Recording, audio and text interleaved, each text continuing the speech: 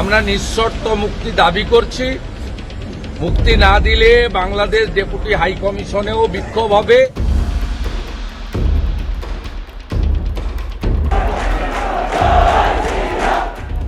গোটা বিশ্বের সনাতনী হিন্দুরা আজ প্রশ্ন করছে বুক চিতিয়ে চোখে চোখ রেখে বাংলাদেশে হচ্ছেটা। এভাবেই ভারতের গণমাধ্যমে শিরোনামের শীর্ষ স্থান করে নিয়েছে চিন্ময় কৃষ্ণ দাস। তিনি বাংলাদেশের খ্যাতনামা হিন্দু নেতা। তার প্রকৃত নাম চন্দর কুমার ধর। তার জন্য ভারতের হস্তক্ষেপ চেয়ে বিবৃতি দিয়েছেন ইসকন নামে পরিচিত সংগঠন international society for Krishna consciousness. এমনকি তাকে মুক্তি না দিলে সনাতনীরা বাংলাদেশ সীমান্ত অবরোধ করবে বলেও হুমকি দিয়েছেন ভারতের পশ্চিমবঙ্গের বিজেপি নেতা শুভেন্দু অধিকারী।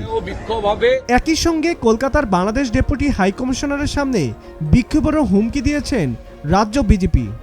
চিন্ময় মহাপ্রভুর নিঃশর্ত মুক্তি চাই এমন পোস্টার নিয়ে বিক্ষোভ করতে দেখা গেছে তাদের।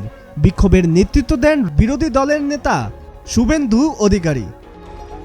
বাংলাদেশের সম্মিলিত সনাতন জাগরণ জোট এর মুখপাত্রের ভূমিকায় কাজ করেছেন চিন্ময় কৃষ্ণ দাস।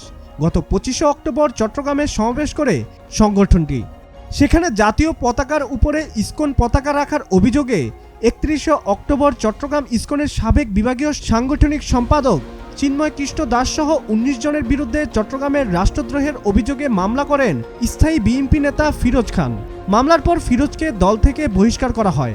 সোমবার ঢাকা থেকে চট্টগ্রাম যাবার সময় এই মামলার সূত্রে বিমানবন্দর এলাকা থেকে তাকে আটক করে গোয়েন্দা পুলিশ। প্রতিবাদে রাজধানী সহ দেশের বিভিন্ন স্থানে হিন্দু সম্প্রদায় সহ নানা অঙ্গ সংগঠনের নেতাদের বিক্ষোভ করতে দেখা যায়। মঙ্গলবার সকালে চট্টগ্রাম আদালতে হাজির করা হয় চিন্ময় কৃষ্ণ দাসকে।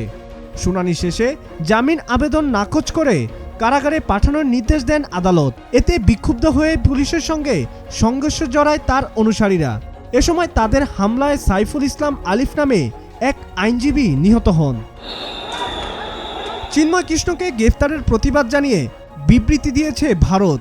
দেশটির পররাষ্ট্র মন্ত্রণালয়ের ওয়েবসাইটে প্রকাশ করা হয় এই বিবৃতিতে বলা হয়, শান্তিপূর্ণ সমাবেশের মাধ্যমে ন্যায্য দাবি উপস্থাপনকারী একজন ধর্মীয় নেতার বিরুদ্ধে মিথ্যা অভিযোগ এনে গ্রেপ্তার করা হয়েছে।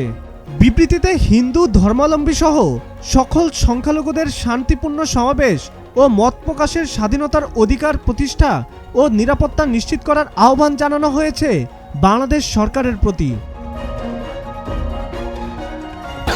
অফার ওয়ালটন ফ্রিজ কিনে পেতে পারেন 20 লক্ষ টাকা, রয়েছে কোটি কোটি টাকার নিশ্চিত উপহার। এর আগে চিন্ময় কৃষ্ণ দাসকে আটকের বিষয়ে ভারতের হস্তক্ষেপ চেয়ে বিবৃতি দিয়েছে international society for Krishna consciousness. সেখানে তারা চিন্ময় দাসের মুক্তি নিয়ে বাংলাদেশ সরকারের সাথে আলোচনা করতে ভারতের প্রতি অনুরোধ জানায়। এদিকে সব ধর্মের মানুষের সাংবিধানিক অধিকার বজায় রাখতে সরকার বদ্ধপরিকর বলে জানিয়েছেন পররাষ্ট্র উপদেষ্টা।